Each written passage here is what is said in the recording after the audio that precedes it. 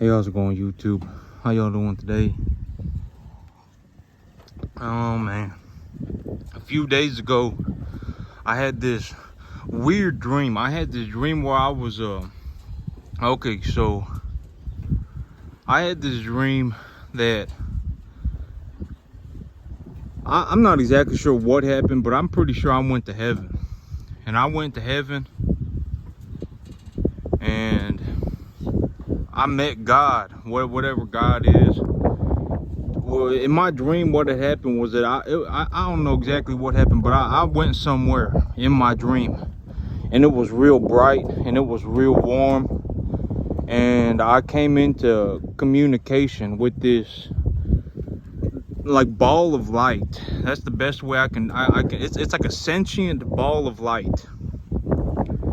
And I had this just crazy dream, and I was like, man, what? I remember when I woke up from that dream, I remember thinking, what was that about? What was that dream about? And you know, one of the craziest things about that dream was that I'm pretty sure I had gone to heaven or something like that. I felt real good inside. I remember feeling real good inside. It was real bright and it was real warm, and I came into contact with this kind of like this sentient ball of light. And the sentient ball of light, one of the strangest things was that I had gone into heaven and I had a pistol on me. And I don't know what that's the part that tripped me up. I was just confused. I was like, man, I guess I got into heaven with a pistol on me. And I wasn't exactly sure what happened. But and when I had this dream, right, I thought about it for a few days. I was like, man, what was this dream about? Like, man, I had this very, very vivid dream, and I remember it. And I remember thinking, what was this dream about? And yesterday, turns out one of my friends died. I don't know exactly what happened, but I'm pretty sure I had this dream on the day that she died, because I was told about it yesterday, and people think that it well, I'm pretty certain that it happened a few days ago. But I don't know exactly what happened. But there are two main stories going around. I don't know exactly what happened right now, but one person told me that so my friend, she was young, she had a kid, and she was she was a good person. She was addicted to crack cocaine, and she was prostituting herself to buy crack cocaine. And some people are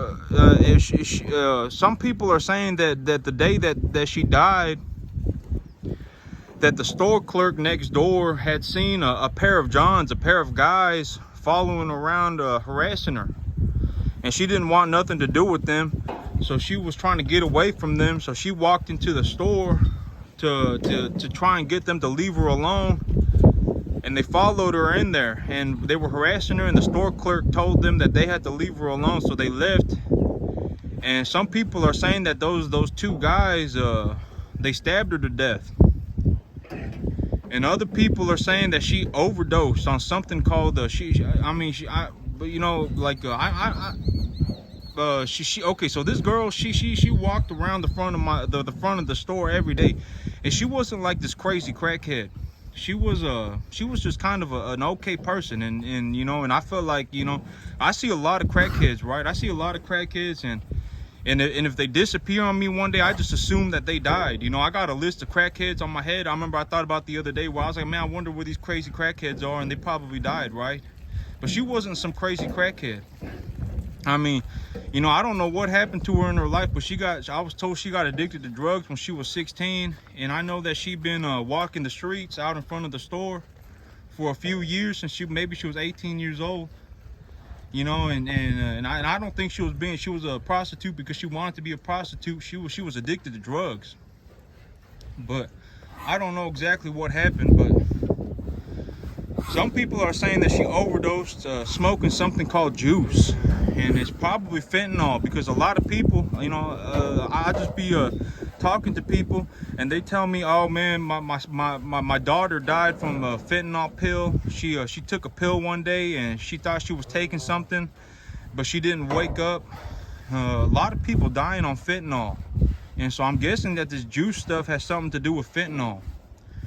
But I don't know exactly what happened. But either she overdosed on drugs or she was stabbed to death by some lowlifes. And I don't know exactly, but I think that that's what the dream was about. When I remember when I had the dream on the same evening that she died. And this girl, the thing about this girl is that I would see her every day when I would go into work, and when I would leave work, she would be walking the street out there, just every day. And she wasn't like this horrible person. She would actually come into the store sometimes and buy stuff too. And so, you know, and maybe about a couple times a week. But I would just say hello to her and stuff, you know, and I was just, in my head, you know, I was like, you know, this girl, she could probably set her life straight. She got a son, and she got, you know, she got a family, and her mother is taking care of her son.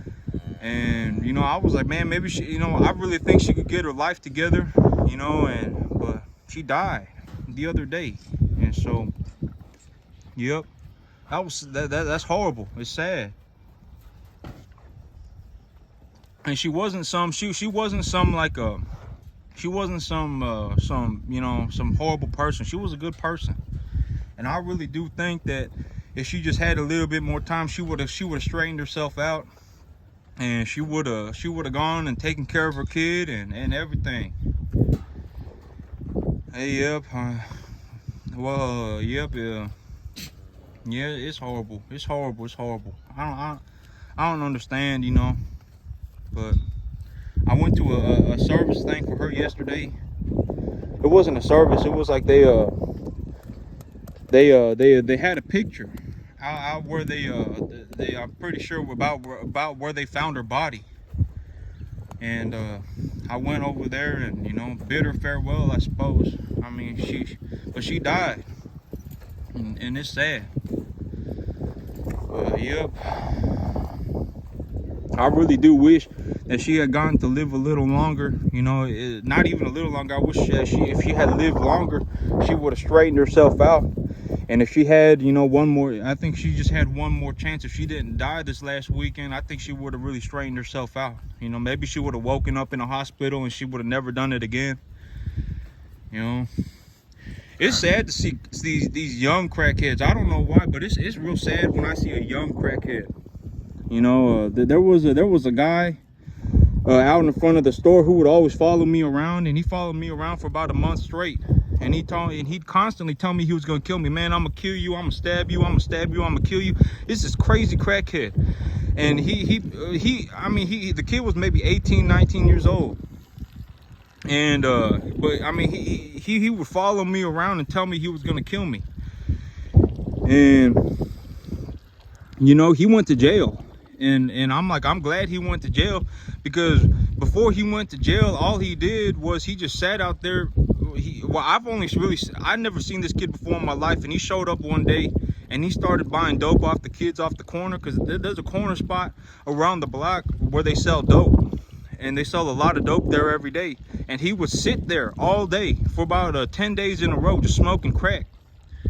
And I remember one time I was out there and I was walking down to the restaurant down the street, and I was going down there with my mother, and my mother almost tripped over him because she didn't see him. He was sitting there on the sidewalk behind a pillar, like imagine this thing but much bigger, and he was sitting behind it smoking a crack pipe, and my mom didn't see him, and she almost tripped over him. But he sat there for about 10 days straight, probably not even sleeping, just smoking crack 24/7 for about 10 days straight. And then they took him to prison, or I don't know if they took him to prison, but they took him to jail. And the kid must have been 18, 19 years old. And I'm hoping that when he went to jail, you know, but I knew that but I mean, I'm hoping that they sobered him up. And I'm hoping that he leaves it all. I'm hoping he leaves the drugs alone after that. Because him, you know, if he kept that up for about another week, he would have probably died too. Either I don't know if he would have overdosed on the crack, or if he would have had a heart attack or something, but man, he sat there smoking crack for about 10 days straight. And he went to jail. Because he did all sorts of nonsense. He was breaking people's windows. He was flipping, he would go and ask people for money, and if they didn't give him money, he'd throw their stuff on the ground. and just go crazy. I mean, this kid was, I mean, I don't think he himself was crazy. I think he was crazy because he had smoked so much crack cocaine and he hadn't slept in so long that it made him crazy. And I really think that if he went to jail and just sobered himself up and just left the drugs alone, that he could go live a normal life. But yeah, I mean, but my friend died the other day, and I just figured out. Someone told me yesterday. But it's sad, man. It's sad. It's horrible. You know, if you can keep, if y'all could just, you know, keep these people in your thoughts, you know, and just, well, just hope that they find peace in their lifetime. Because if they don't, and God come looking for them, it ain't no going back. Yep. Later this weekend, I'm planning on about Sunday, I'm going to be drilling my entire field with pearl millet. I'm going to drill 15 pounds an acre of pearl millet seed on this whole field. I'm going to reseed the entire thing. I'm going to put about 100 pounds of, 250 pounds of fertilizer on the front, and then about 500 pounds of fertilizer on the back. And then just, well, it's supposed to rain next week, so I'm gonna put it down early, and just, if I happen to get one of these stray showers or stray storms, you know, grow some pearl millet on it. Yep, that's it for me today, YouTube. Y'all have a good one.